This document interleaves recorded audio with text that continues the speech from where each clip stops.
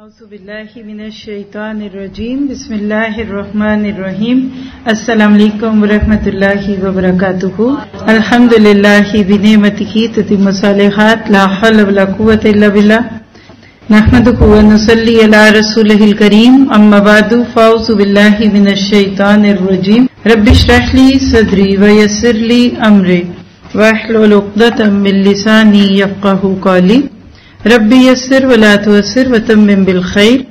اللہ تعالیٰ کی توفیق سے ہم دورہ قرآن 2023 اس میں سے آج ہم کنٹینیو کریں گے پارہ نمبر 13 کو۔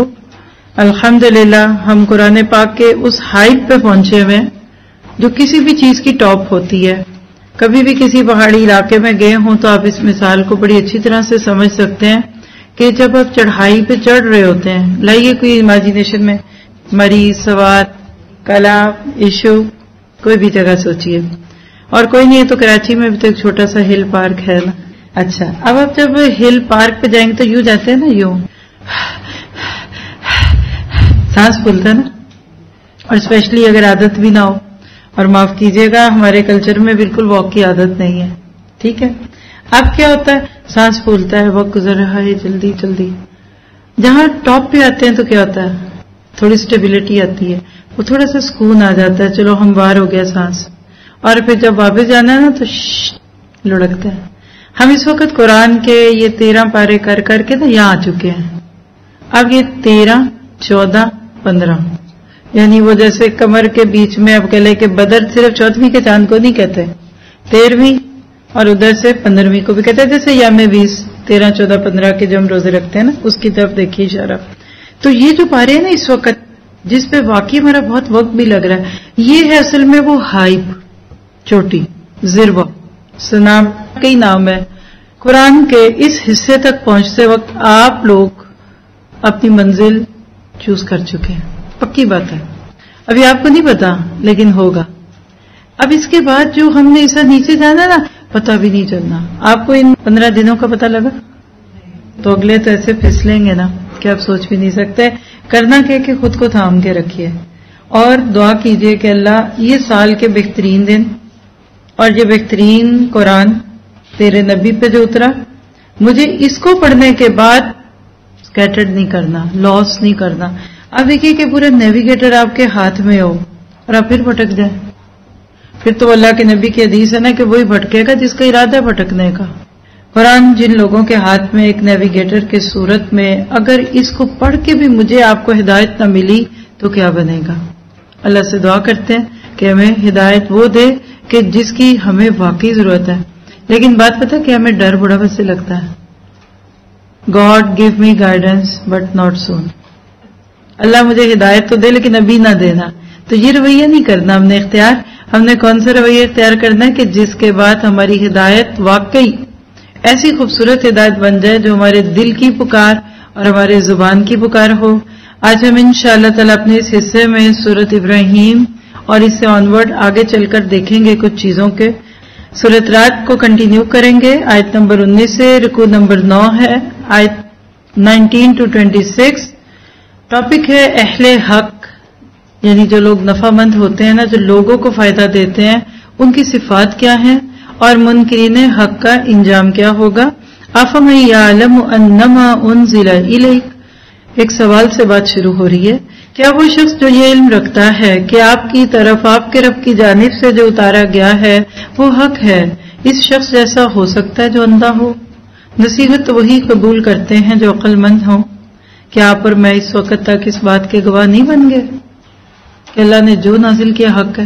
الحمدللہ۔ تو پھر آپ جیسا کوئی نہیں ہو سکتا۔ قرآن پڑھنے والا بندہ حقیقت میں امر ہو جاتا ہے کیونکہ وہ اللہ کے حق ہونے کو اور اس کائنات کے برحق ہونے کو پہچان لیتا ہے۔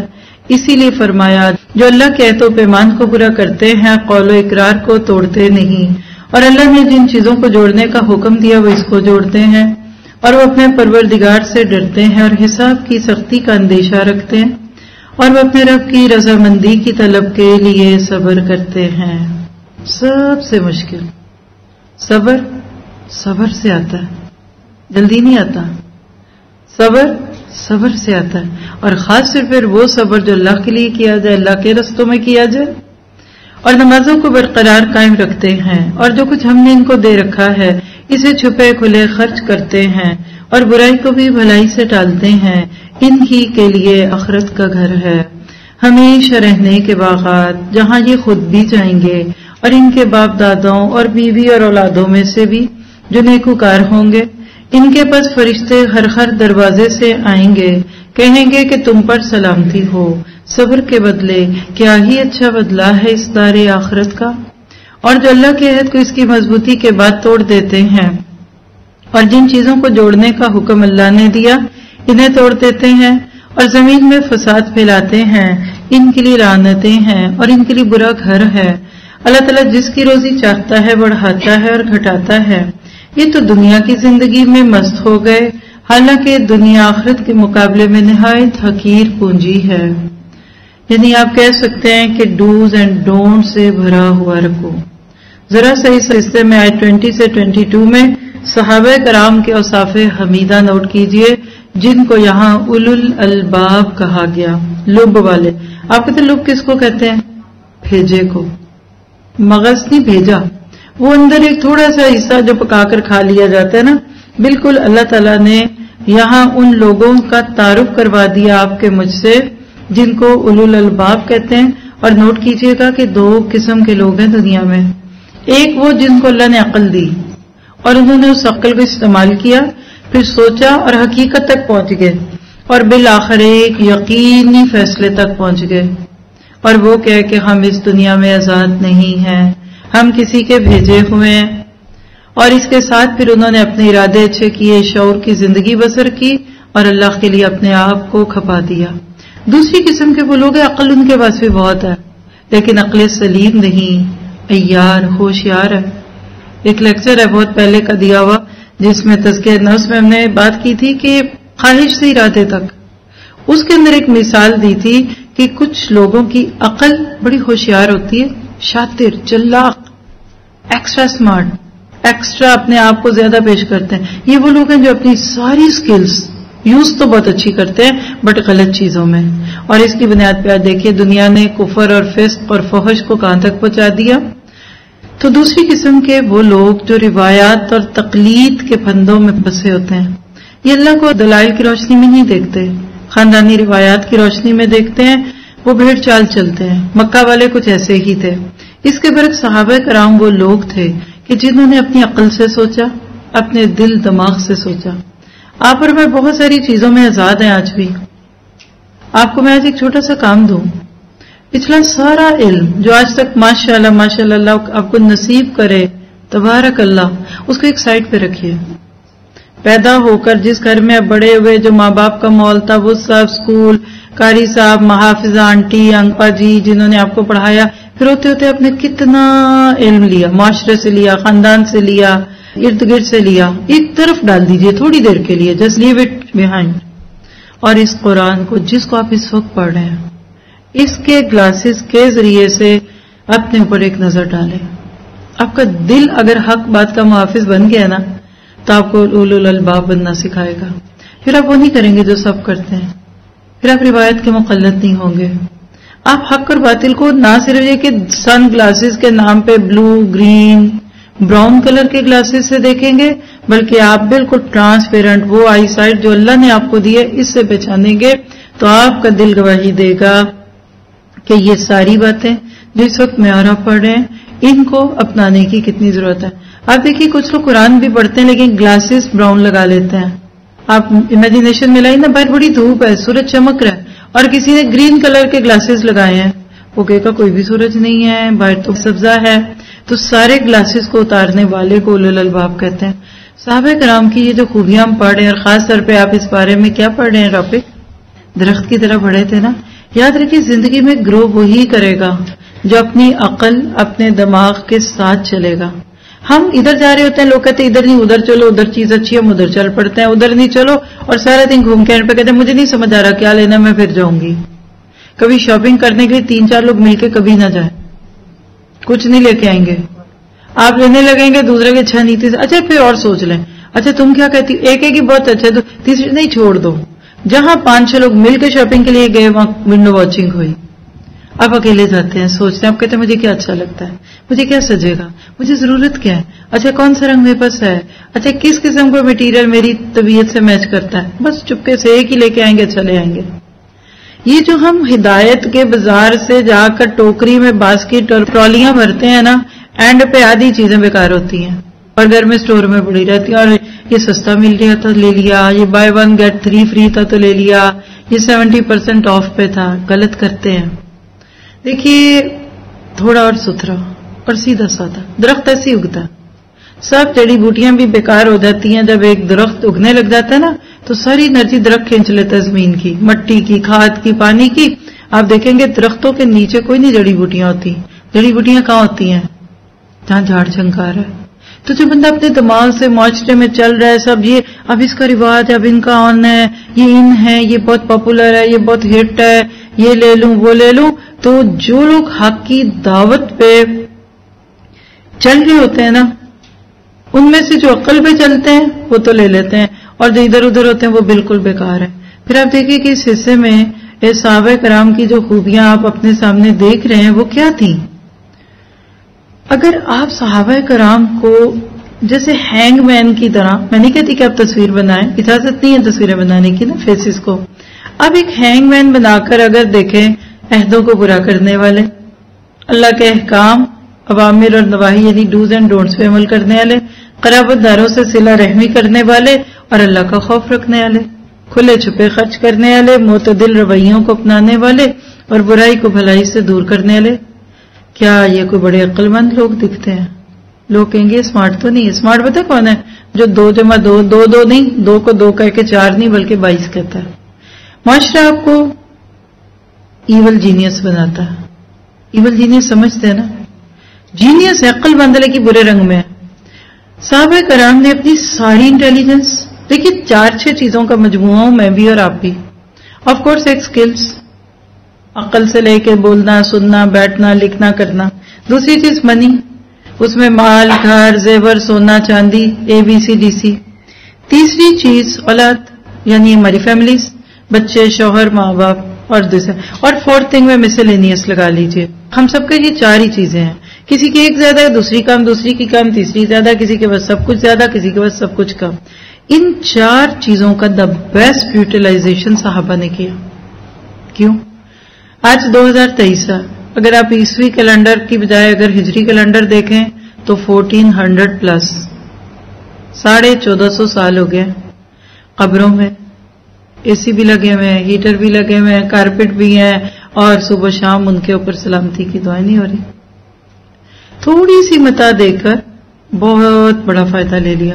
عقل مند کون ہے؟ ویسے تو ہمیں اب اتنی عقل کوئی نہیں رہی, ہم تو وہ لے لیتے ہیں جو ان ہوتا ہے معاشرے میں. جی یہ چل رہا تھا, جی یہ آن لائن سے شاپ کی, نہیں آج کل شاپنگ کا وہ سٹائل نہیں رہا جو کبھی ہمارے بچپن سے جوانی کے دنوں میں. ایک جوڑے کے لیے ماں کے پاس کتنا رونا پڑتا تھا, عید کا انتظار کرنا پڑتا تھا جوڑے کے لیے.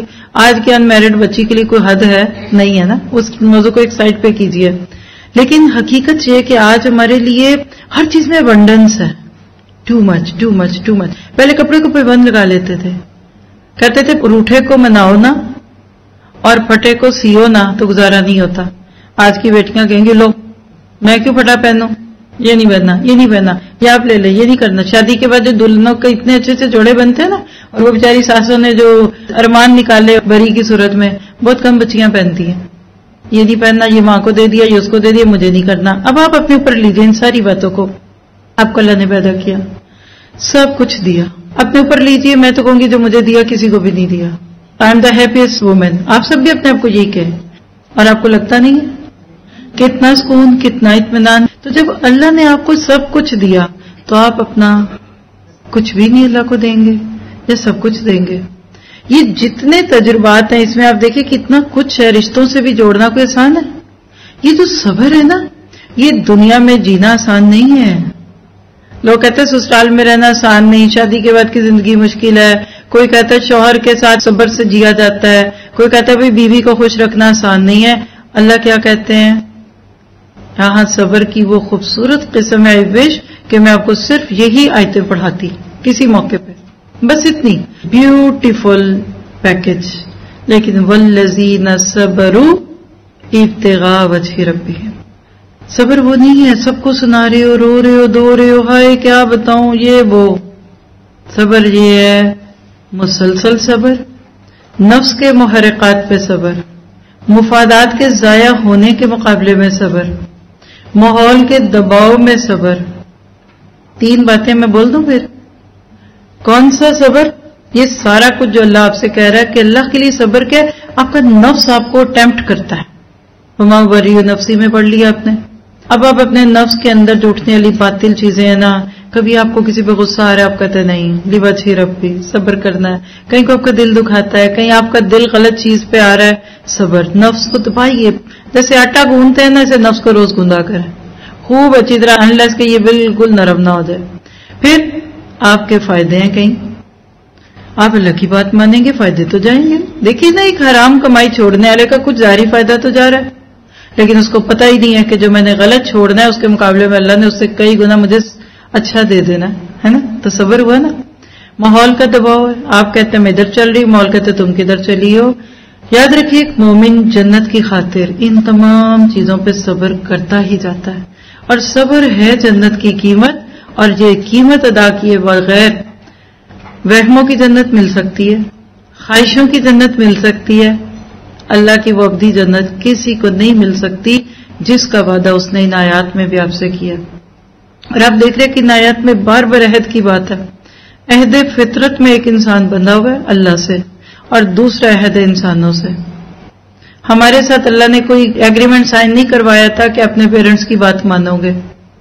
ماں باپ کو کبھی بچہ پیدا ہونے سے پہلے کوئی MOU سائن نہیں کرنا پڑتا کہ جو بچہ آئے گا ہم اس کو دیکھیں گے، لیکن کچھ فطرت کے گندے ہوئے عہد ہے. شوہر بیوی کا عہد ایک کانٹریکٹ ہے، نکاح نامہ ایک لیگل ایکٹ ہے نا. بزنس کرتے ہیں آپ کے ہسبینڈ، کئی جگہ اپنے پیکٹس کرتے ہوں گے. جاب ایک ایکٹ ہے. آپ کی میری زندگی کیا ہے کہ آپ نے ہر جگہ ویسا بننا ہے جیسا اللہ آپ کو چاہتا ہے.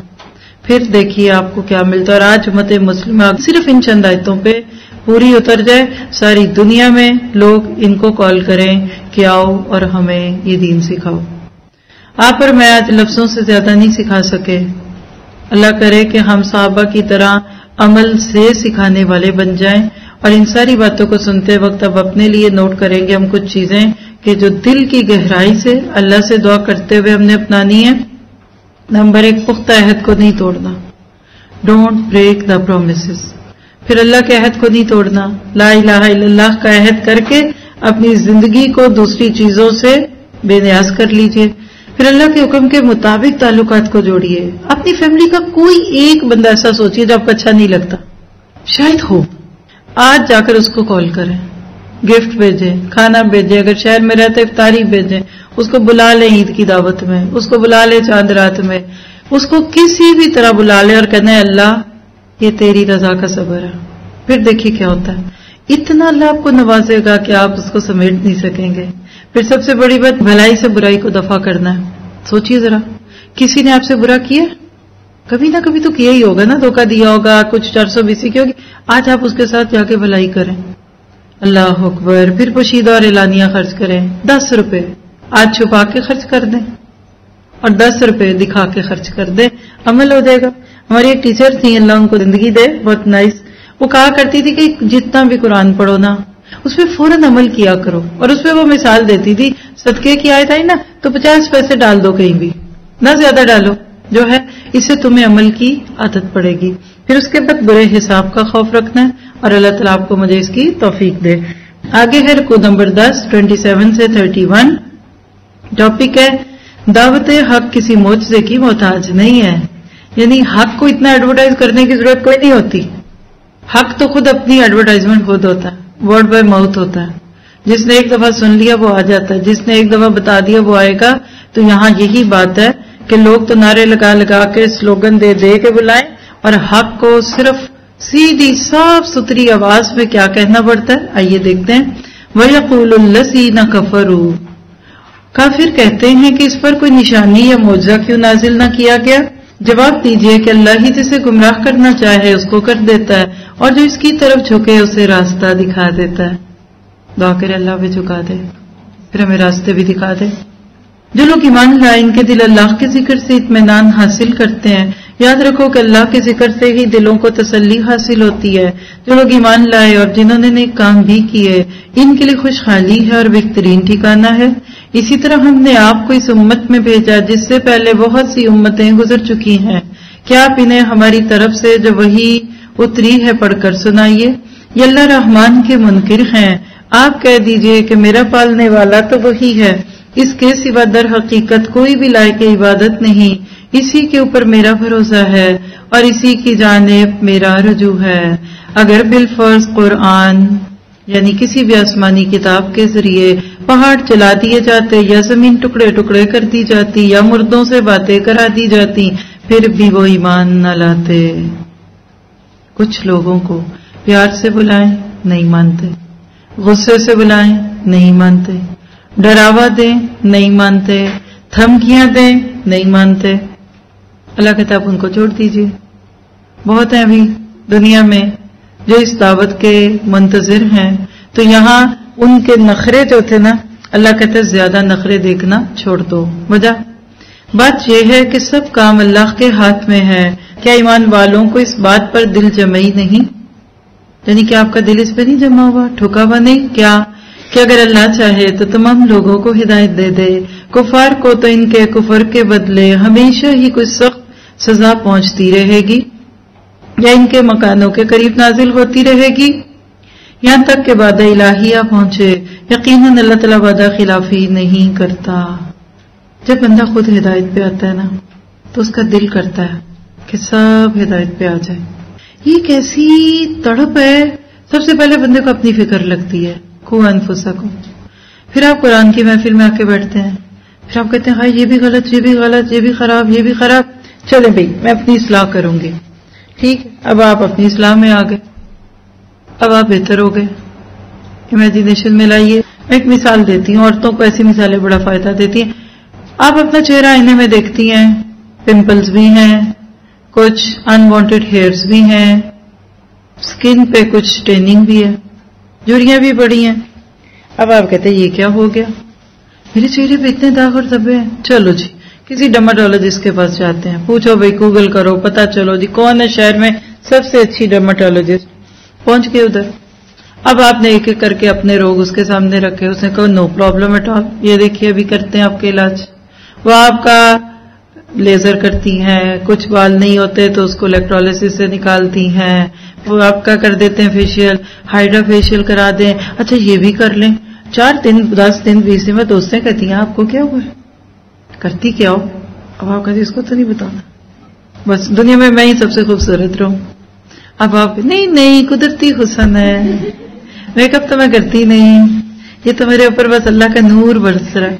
اچھا وہ کہتی میں بھی پتا کروں گی. کچھ چیز اب چہرے پہ لگا لیتے ہیں شائنی. لوگ کہتے کیا لگایا ہوا، کہتے کچھ بھی نہیں، میں اندر سے سچی پڑی ہوں نا تو وہ ریفلیکشن ہوتا ہے. اچھا لیکن چپکے آپ کیا سوچتی ہیں کہ میرا چہرہ تو بڑا پیارا ہو گیا. تو بیٹی اب وہ ذرا سی 18-19 سال کی ہے، رشتہ بھی ہم ڈھونڈ ہی رہے ہیں. آپ کو اپنی بیٹی میں بھی کوئی نہ کوئی نقص دکھتا ہے، چپکے سے اس کو لے جائیں گے اور اس کو کہیں گے آنٹی کو نہیں بتانا. وہ جو میری دوست تھی نا وہ جو اس کو نہیں بتانا ہم ادھر آتے ہیں. لیکن آپ کے دل میں سب سے زیادہ تڑپ اپنے بعد اپنی اولاد کی ہوتی ہے. پکی بات ہے. جو میں سجی وہ بھی سجے، جو مجھے اچھا لگا اس کو اچھا لگے. حتیٰ کہ پیٹ میں لقمہ نہیں آپ ڈالتے اپنے کسی پیارے کے سوا. جو آپ کو اچھا لگتا ہے نا آپ اس کے اوپر ایک لقمہ نہیں کھا سکتے، اور جو اس کو اچھا بھی لگتا ہو. ہدایت ایسی ہے. ان آیات سے جو آپ کو بات بتائی جا رہی ہے نا، جب آپ کو خود ہدایت مل گئی تو دوسروں کی ہدایت کی تڑپ لازمی ہے، اور جو جتنا پیارا اس کے لیے اتنی تڑپ.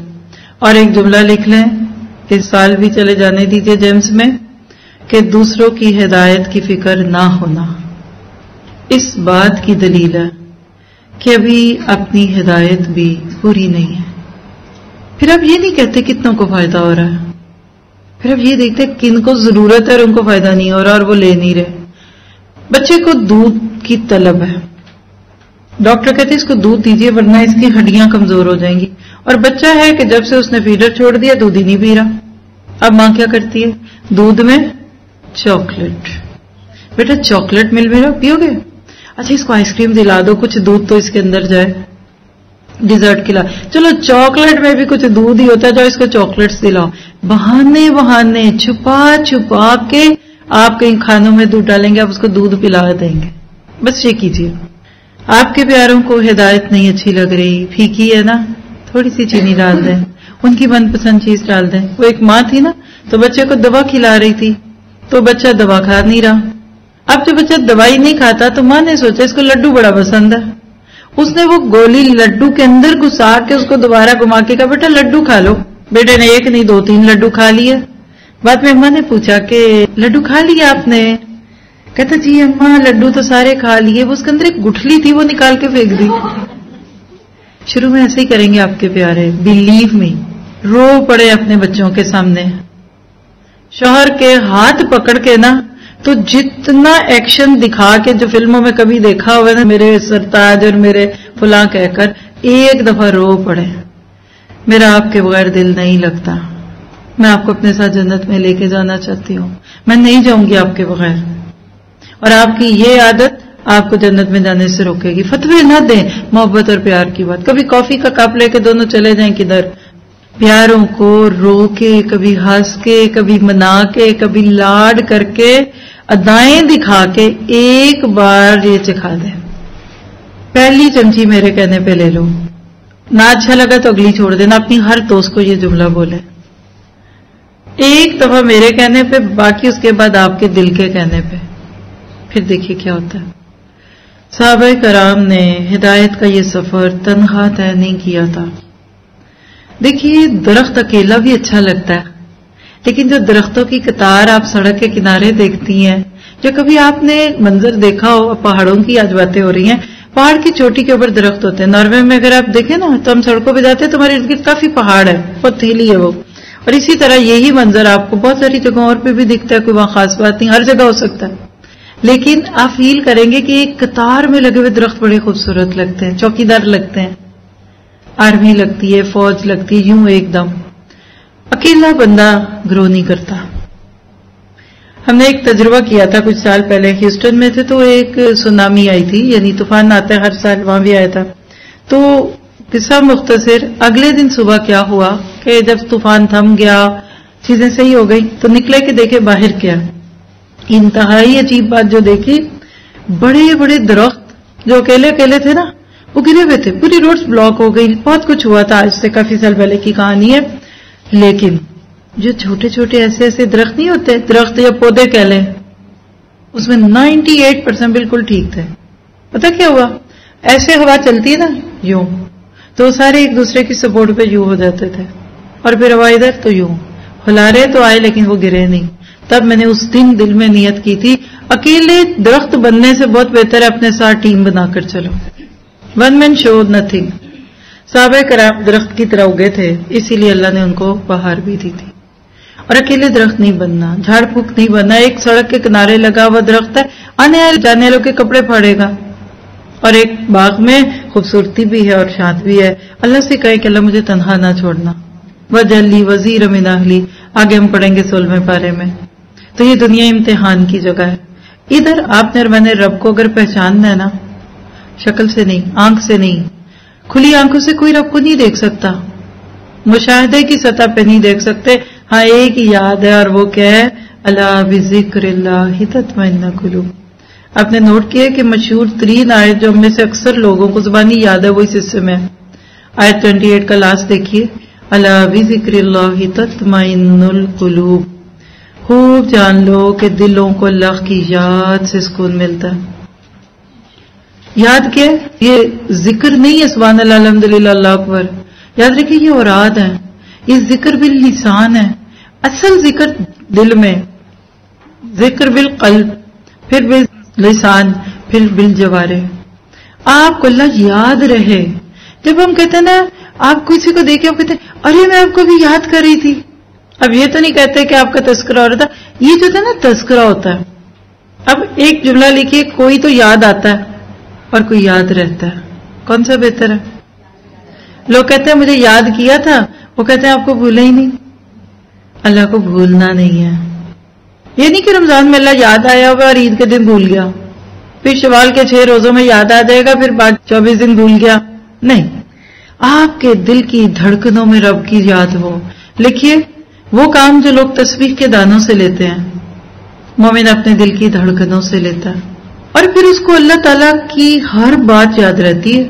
وہ اللہ کو راضی کرتا ہے، وہ اس چیز پہ راضی ہوتا ہے جس پہ اللہ راضی ہو، وہ اس چیز کو چھوڑ دیتا ہے جس سے اللہ ناراض ہو. وہ اللہ کے ہر کام کے اوپر اپنے دل کو ایسے جما لیتا ہے کہ جس کے بعد اس کو قیامت کے دن جب اللہ کو ملے گا تو کوئی ان ایکسپیکٹڈ چیز وہاں نہیں ملے گی. مومن کا جو ریزلٹ ہوگا نا آخرت میں، ویری مچ پریڈکٹیبل. اس نے اپنے آپ کو رانگ ایسٹیمیٹ نہیں کیا کہ میں تو فرسٹ آ جاؤں گی، اور بعد میں پتا چلا کہ زبردستی پاس کیا تو میں کسی نے گریس مارکس دے کے. آپ اور میں اس دنیا میں امتحان میں، اس لیے آج اور آپ کو مجھے لوگوں کے رویوں سے بے نیاز ہو کے اللہ پہ نظریں لگا کے رہنا ہے. اور اس کے علاوہ جس کو نہیں ماننا تو مردے بھی بات کر کے آ کے کہہ دے لوگوں قبر برحق ہے، عذاب برحق ہے، موت بڑی سخت ہے، میں نے دیکھ لیا جنت ہے جہنم میں، یہ ہوگا. نہیں ماننے والوں نے نہیں ماننا. اپنے اوپر دعا کرتے ہوئے لکھے اپنے لیے عمل کے رویے. اللہ کی طرف رجوع کرنا ہے، اللہ کی یاد سے دلوں کو اطمینان دینا ہے. دیکھیے کھانا کھا لیتا ہے نا تو میدا پھر سکون میں آ جاتا ہے. یہ الگ بات ہے کہ ہم انگلیاں ڈال ڈال کر دیکھ رہے ہوتے ہیں کہ جگہ کتنی رہ گئی. یہ بھی تھوڑی سی جگہ ہے، لائیے ایک پکوڑا اور دے دیں. اچھا یہ بھی نیچے چلا گیا ہے، لاؤ وہ رول بچا ہوا لاؤ میں کھا لیتی ہوں، پڑا ہی رہنا ہے. ہم سونے تک یہاں تک کلاک کر کے سوتے ہیں، پھر کہتے سحری میں کچھ کھایا ہی نہیں جاتا. اچھا تراویح کے بعد جا کے کھانا کھاتے ہیں ہم تو پھر سو جاتے ہیں. ذرا سوچئے نا اللہ نے کیا نظام دیا، ہم کیا کرتے ہیں. جب آپ اتنا زیادہ اپنا پیٹ بھر لیں گے نا تو سانس کی بھی جگہ نہیں رہے گی. ہم ایک جملہ اکثر بچوں کو کہتے ہیں، پیٹ بھر کے کھانا. کتنی مائیں بولتی ہیں سحری کے وقت. کیا یہ اسلامی جملہ ہے؟ اللہ کے نبی نے کیا کہا؟ پیٹ کے نمبر 1 سموسا، پکوڑا، دہی بھلے، جلیبی، کچوریاں تو بھول ہی گئے. نہیں، کیا کرو؟ کھانا، پانی، ہوا، یعنی خالی، لیو اٹ ایمٹی. جب آپ اللہ کی یاد اپنے دل میں بھرتے ہیں نا، خود بخود آپ کو ساری باتیں سمجھ آ جاتی ہیں. پھر اس کے بعد آپ دیکھیے کہ نیک اعمال کر کے اللہ پہ بھروسہ بھی کرنا ہے، لوگوں کو بتانا ہے کہ اللہ ربی لا اشرک بہ شیئا. اب میں نے لوگوں سے ڈرنا چھوڑ دیا، میں نے اب لوگوں سے امیدیں لگانا چھوڑ دی اور لوگوں کو وحی کا پیغام پڑھ کر سنانا ہے. اللہ ہمیں اس کی توفیق دے.